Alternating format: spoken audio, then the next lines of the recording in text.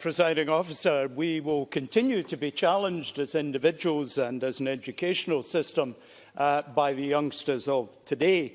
Most youngsters don't carry a pen or a pencil, very different from my time as a youngster. But most have an intelligent phone and are more adept at operating the on-screen keyboard on that than they are perhaps at using a pen or pencil. The modern world is very different from the world in which my grandfather started teaching 135 years ago, and it will keep changing. In 1881, my grandfather was a pupil teacher in Bo'ness.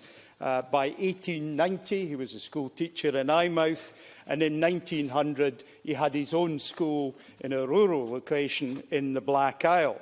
And the school photograph for that year shows the majority of pupils at the school were barefoot.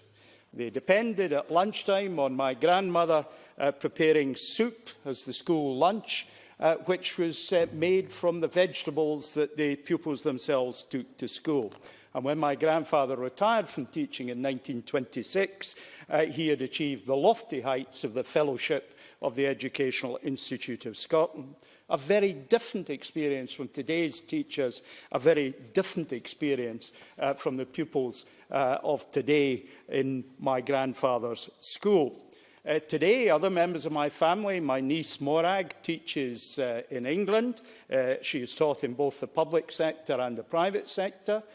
She looks with some envy at aspects of the Scottish system. My nephew Jamie is based in Denmark, married to a Dane and with a Danish family, a very different educational system there as well.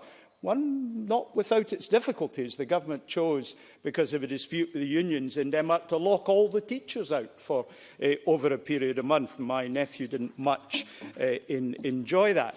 And perhaps as an illustration of how things change, when I was a student studying mathematics in the 1960s, I was in my intermediate honours year, and one of my landladies, Diggs landladies' friends, 12-year-old pupil, came to get help with his maths.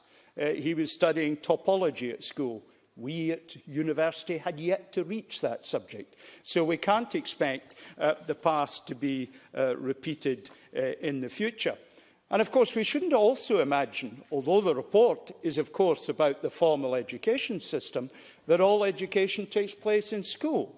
It's important that parents and relatives are equally equipped to answer the very intelligent questions that our youngsters will inevitably come up with. I did a little experiment with my 4-year-old goddaughter a couple of months ago. She was asking about a rock crystal that we had, and I explained crystals by showing her salt crystals, dissolving them in water, and then evaporating the water on the stove. Fascinated by that she was, and we had a discussion. Hopefully that's typical of the kind of discussions that are going on across Scotland.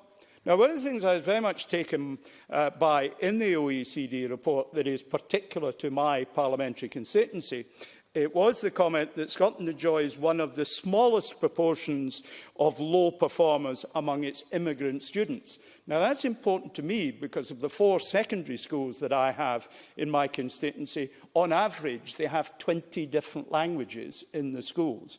At Peterhead, it has just become 28 with the addition of Hungarian. Now, it's not new in the north east of Scotland that we interact with the rest of the world, and language is an issue. As long ago as 1853, the Post Office Directory shows there were 3 foreign consulates in Peterhead. Now, of course, that is both a challenge and an opportunity. And in some of our schools, I've seen that the immigrants bringing their own language to the school have very successfully passed on aspects of culture and, more critically, language to the local population, who in return have taught those who've come to our community how to speak Doric. And only a minority of the people here this afternoon are likely to be able to do that. Education is and will always remain a work in progress, and informal learning and having the opportunities for that is important. I looked too at what the OECD report said about some international examples, referring to the Ontario Teacher Leadership and Learning Programme and the Alberta Initiative for School Improvement. Both fascinating insights into what can be done elsewhere, because I think we've got to accept there is no single answer. What actually is most important is that those who are engaged in education are committed to picking up new ideas, trying them out. There is no single idea. If there was a magic bullet, somebody would have found it and would be applying it. But equally, we've got to be slightly conscious of the Hawthorne effect, which comes from a factory in the United States from the 1920s to the early 30s, where the mere intervention of change can deliver short-term value.